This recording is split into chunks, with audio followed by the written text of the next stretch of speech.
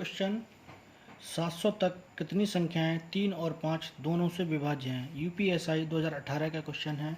इसमें हम क्वेश्चन को सॉल्व करना है।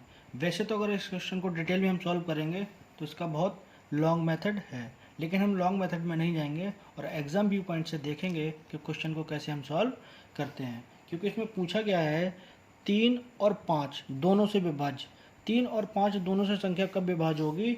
जब वो 3 और 5 का मल्टीपल होगी।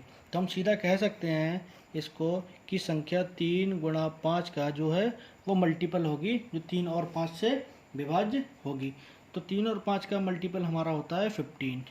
यानी पहली संख्या जो हमारी होगी, 0 से अगर हम स्टार्ट करें तो 15 जो होगा पहला नंबर हमारा होगा, जो 3 और 5 दोनों से डिवाइड होगा। अब अगर पहला नंबर हमारा 3 और 5 से डिवाइड है तो ये 15 आ रहा है हमारा। तो अब हमारी जो अगली संख्याएं होंगी वो 700 तक 15 का ही मल्टीपल होगा। यानी हम 715 का मल्टीपल निकालेंगे और 700 तक जाएंगे तो वो संख्या हमारी मिलना हमें शुरू हो जाएंगी। वैसे तो लॉन्ग मेथड में हम इसका क्या करेंगे, इसको निकालेंगे, वो नेक्स्ट संख्या हमारी 30 होगी तो इनका सारबंतर निकालेंगे। टी आएगा 15, पहला पद हमारा आएगा 15, सारबंतर डी हमारा 15 आएगा। इस तरीके से हम करेंगे तो बहुत लॉन्ग मेथड हो जाएगा। और एग्जाम में हमें लॉन्ग मेथड से नहीं जाना, हमें शॉर्ट से शॉर्ट मेथड अपनाना, जिससे कि हमारा टाइम बचे। तो एग्जाम व्यू पॉइंट से मैं आपको बताता हूँ अब क्या होगा। मल्टीपल 15 का होगा तो हम देखते हैं कि 700 को अगर हम 15 से डिवाइड करते हैं तो कितनी संख्याएं हमारी आती हैं। एक्चुअल में चूँकि मल्टीपल होगा तो 700 तक जाएंगे।